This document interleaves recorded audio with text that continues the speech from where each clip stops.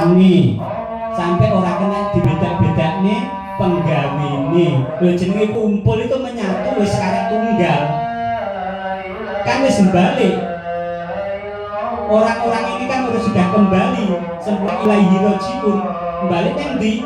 Ya akadiyate Allah sempurna. Lek kumpul dadi sitok enek karek sapa? Ya urip jati dajati. Karek niku tok ibaratnya karek alif jati niku. Wis kumpul balik wis jelas gak kena dibedakni. Nggih. Lalu ten mriku sampai ra kena dibedak-bedak. Nah di situ.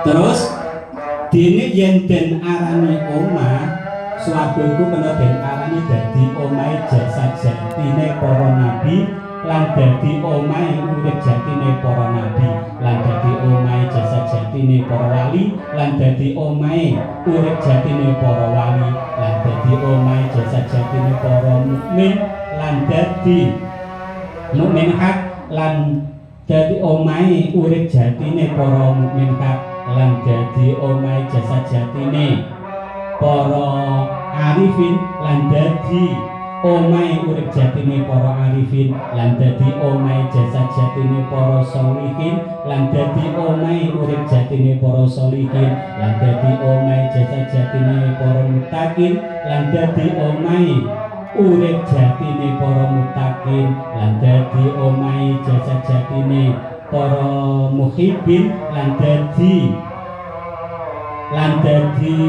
omahe urip jatine para muhibbin lan dadi omahe jasad jatine para abidin lan uga dadi omahe urip jatine para abidin lan dadi omahe jasad jatine para malaikat lan dadi omahe urip jatine para malaikat lan ana swarga kono iku amor jati urip jati oleh amortasi ora kena den beda-bedake wujude lan ora kena den beda-bedake rupane lan ora kena den beda-bedake arane lan ora kena den beda-bedake gawene kasih wujud tunggal rupa tunggal aran tunggal gawe tunggal. Ini kan bahasanya lek den arane apa? Diarani omah itu sama saja. Tadi kan di atas omah, apa negara, apa wadah, utawa alam itu sama saja. Ini ben apa? Detail ini ben jenengan ben paham, ben ngati-ngati tenanan.